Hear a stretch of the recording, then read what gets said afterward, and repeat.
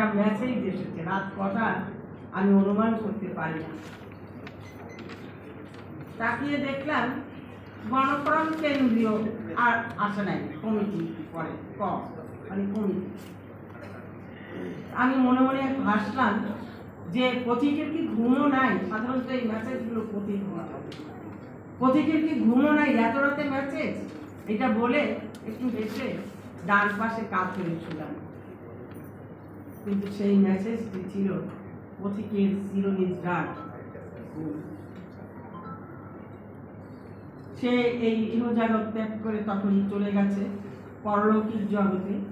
মেসেজটি সকাল 8টায় করে এই মেসেজের মর্মার্থ আমি বুঝতে পারব।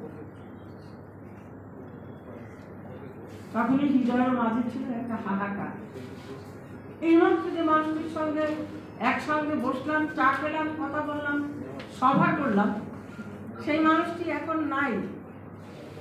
ঠিক তেমনি ভাবেই মেজবা ভাইকেও বিদায় দিয়েছিলাম একটা মিটিংয়ে। উনি সালাম দিয়ে বলেছিলেন আপা আবার দেখা হবে, আর দেখা হয়নি।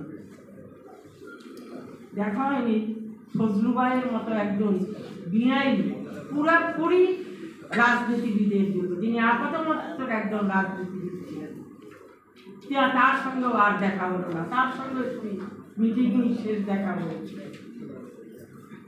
চলে গেছেন আমাদের প্রিয় নেতা, বীর মুক্তিযোদ্ধা মোস্তফা মহসিন মন্টু।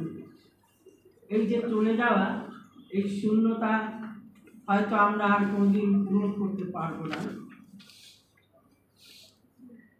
জানি না পূরণ হবে কিনা। যা চলে যায় তা কোনোদিন ফিরে আসে না, আসবেও না। শুধু তাদের জন্য এই মুহূর্তে আমরা মহান আল্লাহর কাছে দুহাত তুলে প্রার্থনা করছি, ইয়া আল্লাহ তুমি তাদের আত্মার মাগফিরাত দান করো, বেহেশতের সর্বোচ্চ মোকামে তাদের শোক সভা পালন অনুষ্ঠিত করব। বন্ধুগণ, আমরা সবাই আজকে যাদের শোক সভা হচ্ছে, ফজলুল হক সরকার, কাজী মেজবাউদ্দিন, রফিকুল ইসলাম পথিক, তারা সহ আমরা দেশে একটি অসুস্থ রাজনীতির বিরুদ্ধে দূর করে সুস্থ রাজনীতি প্রতিষ্ঠার জন্য কাজ করতাম। আমরা জনগণের মুক্তির জন্য একটি কল্যাণমূলক ব্যবস্থা, রাষ্ট্র, অর্থনীতি কায়েমের চেষ্টা করতাম। আমরা দেশের বিভিন্ন সমস্যা, জাতীয় সন্ত্রাস, আইনের শাসন, ভোটাধিকার এবং জনগণের অন্যান্য সমস্যাগুলো নিয়ে কাজ করতাম। আমার মনে হয় যে এখানকার যে স্বৈরাচার, এখানকার মানুষের ঘাড়ের উপরে পড়ে থাকা যে মাফিয়া চক্র, তার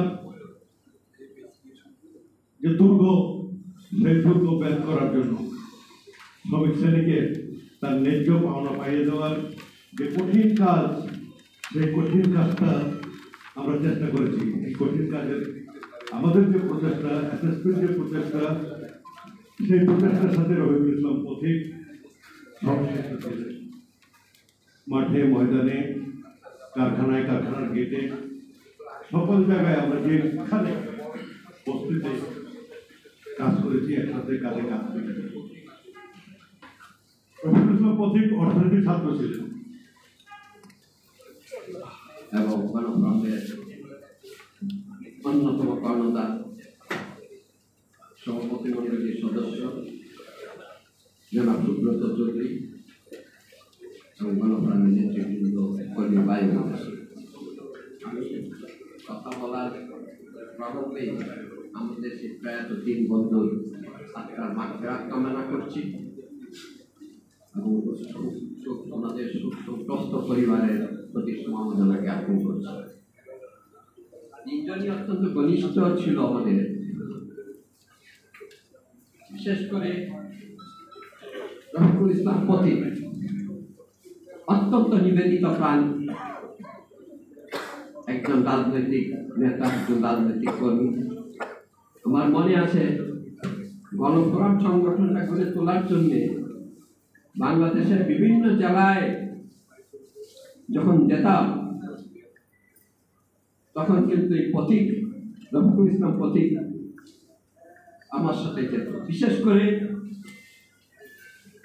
কুষ্টিয়া, রাজবাড়ী এবং ওনার নিজের ডিস্ট্রিক্ট মেহেরপুরে গণকর্মের সংগঠন করে গড়ে তোলার পিছনে ওনার একটা বিরাট অবদান ছিল।